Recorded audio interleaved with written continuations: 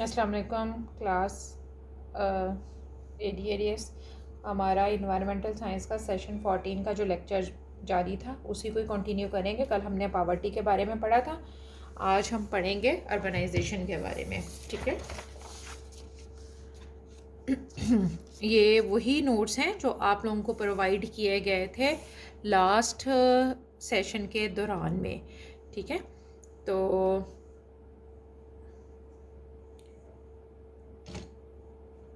Just a minute, camera close कर लो। Okay जनाब, अब हमारा है इसमें सबसे पहला व्हाट इज़ अर्बनाइजेशन। ठीक है, अर्बनाइजेशन क्या है? बेसिकली अर्बन आप सबको ही जैसे पता होगा कि शहरी जो इलाके होते हैं उनके लिए लफ्ज़ इस्तेमाल होता है। तो अर्बनाइजेशन क्या है? जो आपके रूरल एरियाज़ हैं यानी देहाती इलाके हैं, वहाँ से माइग्रेट करके जो है वो अर्बनाइजेशन अर्बन कंट्रीज़ में आ जाना। ठीक है, तो अब बेसिकली अर्बनाइजेशन प्रोसेस है। ठीक है, urbanisation is a process whereby populations move from rural to urban areas. ठीक है, अब इतनी भी लिख देंगे तो भी ठीक है। Enabling cities and towns to grow, और उनकी वजह से वो बड़े शहर होते जाते हैं। ठीक है, बड़े होते हैं।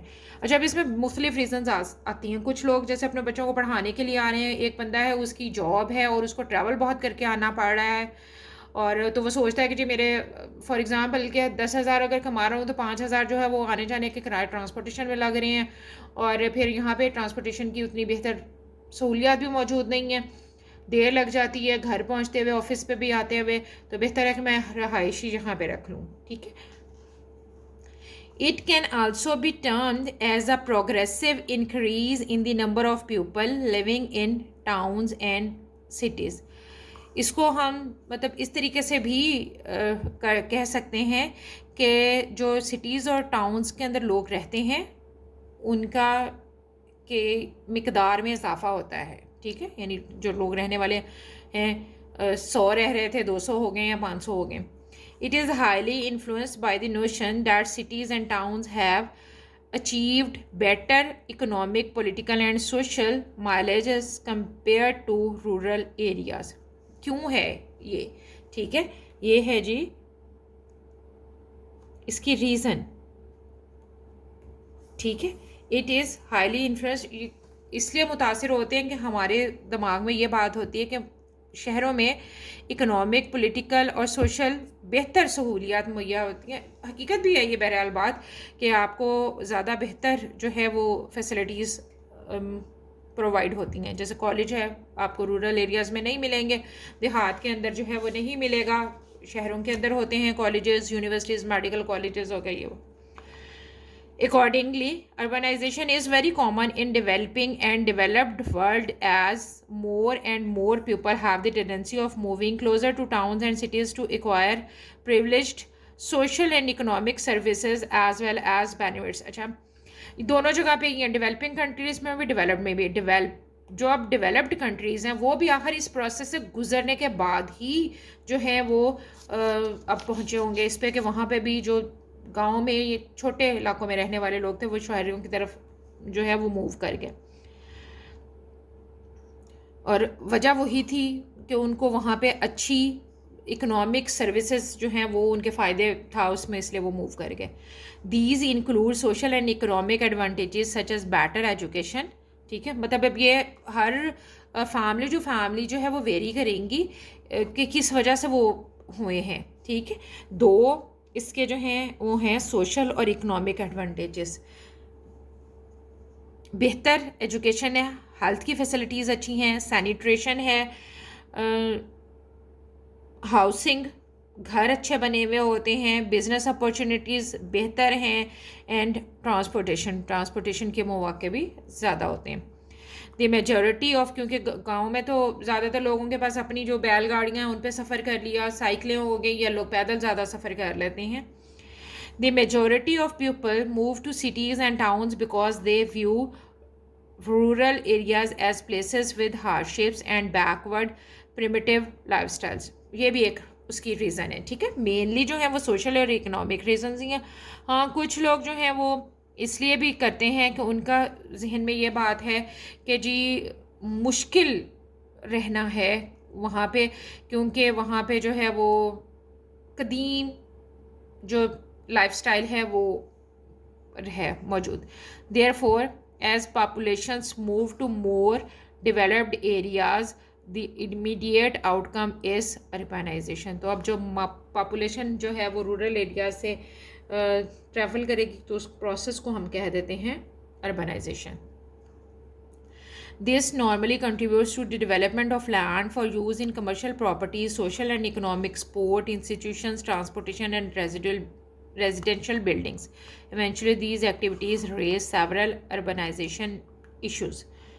अच्छा जी, इसकी जगह ना अर्बनाइजेशन की जगह ना इन्वायरमेंटल कर लें यहाँ पे लफ्ज़ ना, इन्वायरमेंटल इश्यूज़।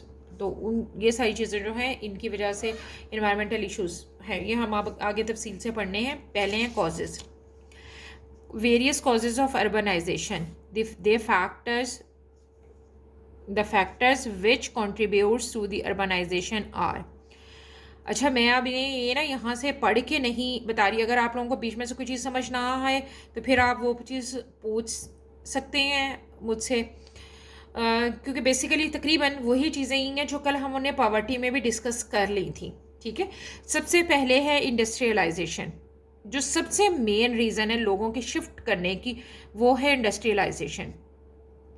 जो गांव है उनके अंदर इंडस्ट्रीज़ नहीं लग सकती, दोनों बातें ही हैं। लोगों के पास स्किल्स भी इतने नहीं हैं, लोगों के पास पैसा भी इतना नहीं होता, ठीक है। सिटीज़ में ज़्यादा मौके हैं इंडस्ट्रीज़ के, लोग जो इंडस्ट्रीज़ में काम करते हैं वही बात के वो प्रेफर करते हैं कि बजाय इसके कि ट्रैवल करें, जितना कमाना है वो ट्रांसपोर्टेशन में लग जाए, तो वो वहीं रहाइश रख लेते हैं, चाहे वो विद फैमिली मूवमेंट हो, चाहे वो एक सिंगल बंदे की हो, ठीक है। तो उसकी वजह से जो है वो अर्बनाइजेशन जो है वो ज़्यादा हो रही है। दूसरा जो पॉइंट है ये यहाँ लिखा हुआ है कमर्शलाइजेशन। अच्छा, बेसिकली ना ये कमर्शलाइजेशन जो है ना ये कॉमर्स के हवाले से है, ठीक है। मैं उर्दू में यहाँ पे लिख रही हूँ कॉमर्स का मतलब ये है कि हमारी सारी इकोनॉमी, आपने देखा होगा कि पुराने ज़माने में भी ऐसा होता है कि मंडियाँ होती थी, गांव के लोग वहाँ आते थे अपनी चीज़ें बेचने के लिए कि अच्छी कीमत मिल जाएगी। गांव में वैसी कीमत अच्छी नहीं मिलती, सब्जियाँ हैं, कोई चीज़ दालें शालें उगाई हुई हैं, वीट है, आपकी कोई भी क्रॉप है, तो उसके लिए एक बेहतर आपको जगह जो है वो मिल जाएगी, ठीक है। मुझे ना इसके लिए उर्दू में कोई भी स्पेसिफिक वर्ड ना समझ नहीं आ रहा था कि क्या होना चाहिए, इसलिए मैंने उसको उर्दू में ही लिख दिया है कॉमर्स का ही ना, कि कॉमर्स बेसिकली जो है वो हमारी तिजारत के जो है उस पॉइंट ऑफ व्यू से लिखी जाती है। उसके बाद आ गया जी सोशल बेनिफिट्स एंड सर्विसेज। अच्छा, ये अब सोशल बेनिफिट्स और सर्विसेज क्या हैं, ये वही हैं जो ऊपर हमने पढ़ी हैं। अच्छी सेहत के मौके होंगे, अच्छे हॉस्पिटल्स हैं, बेहतरीन वहाँ पे जो हैं इक्विपमेंट्स होंगे, जैसे गांव में भी होते हैं लेकिन वहाँ पे वो मतलब एक हेल्थ यूनिट टाइप जो है सिर्फ वो बने हुए थे। यहाँ प्रॉपर आपके पास मेडिकेशन भी होती है, प्रॉपर इक्विपमेंट्स भी हैं, आपने मतलब सिटी स्कैन कराना, ये वो इस तरह की जो चीज़ें हैं वो गांव में अवेलेबल नहीं होंगी, ठीक है। और एक आध होगा, यहाँ पे अवेलेबिलिटी ज़्यादा होती है, एक से ज़्यादा हॉस्पिटल हैं जहाँ पे आप जा सकते हैं, और सर्विस एजुकेशनल फैसिलिटीज़ हैं, ये सारी सोशल में ही आएंगी, ठीक है। गांव में आपको पता है कि जो सैनिटरी का सिस्टम है वो कोई बहुत डेवलप नहीं होता है, शहरों में ये भी होता है, तो उसकी वजह से ज़ाहिर बात है जो सैनिटेशन ना होने की वजह से वो जो है उनके पास गांव में, तो वो भी पोल्यूशन फिर क्रिएट करता है, ठीक है। ये सारी चीज़ें जो हैं वो इसी में ही आ जाएंगी। ओके, उसके बाद है जी एम्प्लॉयमेंट अपॉर्चुनिटीज़, रोज़गार के मौके, ठीक है।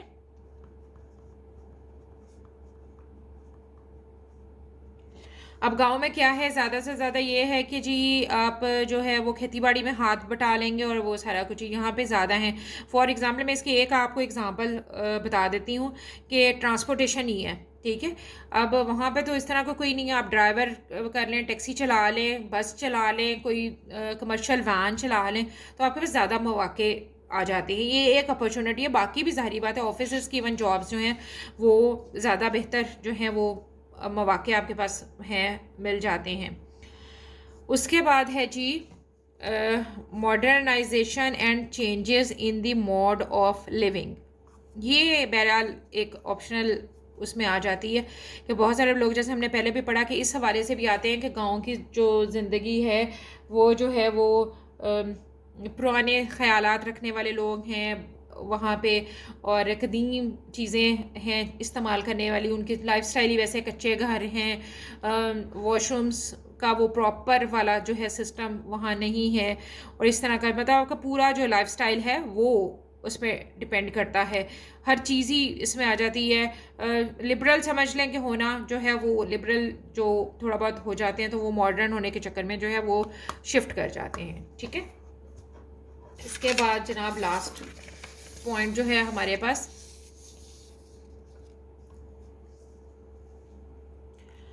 वो है जी रूरल अर्बन अर्बन ट्रांसफॉर्मेशन। ठीक है, ये मैं पढ़ रही हूँ। As localities become more fruitful and prosperous due to discovery of minerals, resource exploitation और agricultural activities, cities start emerging as the rural areas transformed into urbanism। अब क्या हुआ है कि वो जो छोटे इलाके थे ना वो भी सिटीज़ की ही हो गई हैं। वहाँ पे चीज़ें बेहतर हो गई, लाइफस्टाइल लोगों कच्चे घरों से पक्के घर हो गए, सैनिटरी का सिस्टम बेहतर हो गया, रिसोर्सेज उनके पास अच्छे हो गए हैं। तो इस वजह से जो है वो छोटे टाउन जो हैं वो ही भी सिटीज़ का ही जो है वो इख्तियार कर गए हैं। ठीक है। दीन के आप अपने इर्द गिर्द देखते हैं, जैसे शज़मान है, शुरू में ये बिल्कुल एक छोटा सा बस एक इर्द गिर्द के जो गांव है उनके लिए एक मंडी का दर्जा रखता था, लेकिन अब आप देखें तो वहाँ पे इतने डेवलप्ड के कॉलेज बन गया है, अच्छी वहाँ पे फैसिलिटीज़ मेडिकल की भी इवन आपको मुयसर आ जाती हैं। The increase in productivity leads to economic growth and higher value added employment opportunities. This brings about the need to develop better infrastructure, better education institutions, better health facilities, better transportation networks, the establishment of banking institutions, better governance and better housing। अच्छा, इसके साथ सबके साथ ना एक लफ्ज़ जो better का इस्तेमाल हुआ है वो ये कि अब लोग ना रूरल एरिया से अर्बन एरियाज़ की तरफ क्यों ट्रैवल कर रहे हैं, इसी वजह से ही कर रहे हैं ना कि उनको अच्छी सहूलत मैसर आ जाए। ठीक है, तो अब वो उनको रूरल एरिया से कुछ बेहतरीन तो नहीं लेकिन बेहतर सहूलियत सारी की सारी उन छोटे जो एरियाज़ हैं उनमें आ गई है। रूरल अर्बन ट्रांसफॉर्मेशन का मतलब ये है कि वो देहात या छोटे टाउन्स जो हैं वो अब अर्बन सिटीज़ का जो है वो दर्जा मिल गया है उनको।